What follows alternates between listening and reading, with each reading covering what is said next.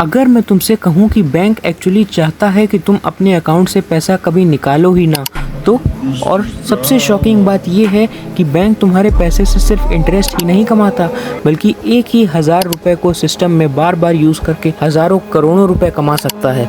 लेकिन कैसे? और अगर बैंक तुम्हारे पैसे से इतना कमा रहा है, तुम्हें सिर्फ 2 से 3% का इंटरेस्ट ही क्यों देता है? आइए देखते हैं।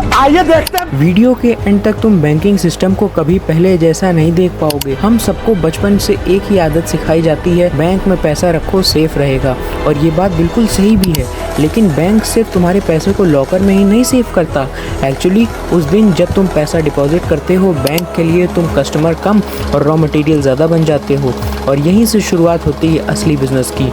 और सोचो कि अगर 10 लाख लोग सिर्फ 10,000 रुपए का भी अकाउंट खुलवाते हैं, तो बैंक के पास कितना रुपीस आ जाता है आप सोच भी नहीं सकते। वो आता है 1000 करोड़ रुपीस। और क्वेश्चन ये नहीं है कि क्या 1000 करोड़ रुपए बस वॉल्ट में पड़े रहते हैं, बिल्कुल नहीं। यहीं से आता है एक कॉन्सेप्ट, फ्रैक्शनल रिजर्विंग बैंकिंग।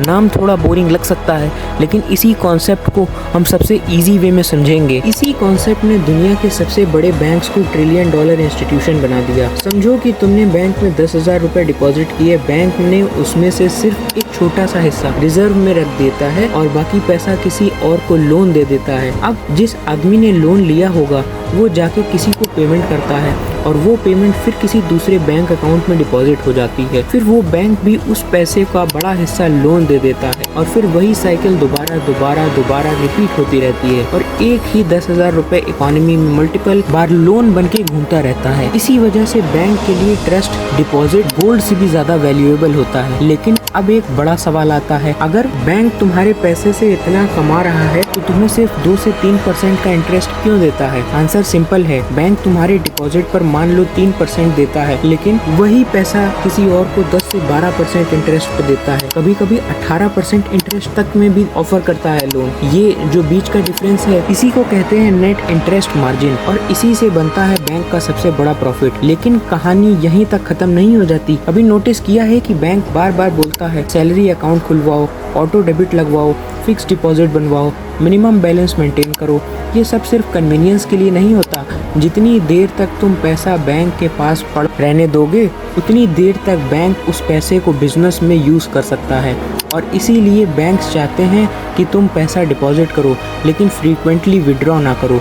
लेकिन इसका मतलब ये बिल्कुल नहीं है कि बैंक तुम्हारा पैसा चुरा रहा है। बैंकिंग सिस्टम इसी तरह डिज़ाइन किया जाता है जिससे डिपॉजिटर्स को सेफ्टी मिले, बोरोवर्स को लोन मिले और इकोनॉमी चलती रहे। बस फ़र्क सिर्फ इतना होता है कि तुम सोचते हो कि हम बैंक यूज़ कर रहे हैं, जबकि रियलिटी ये होती है कि बैंक भी हमारे पैसे का यूज़ करके अपना बिजनेस चला रहा होता है।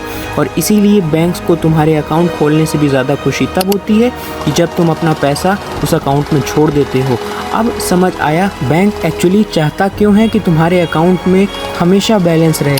अगर आपको ये हमारी शॉर्ट स्टोरी पसंद आई हो, तो हमारे चैनल को सब्सक्राइब करिएगा, इस वीडियो को लाइक करिएगा और ज़्यादा से ज़्यादा शेयर करिएगा। हम मिलते हैं आपसे एक नेक्स्ट वीडियो में। तब तक के लिए good bye and subscribe to brand decoded.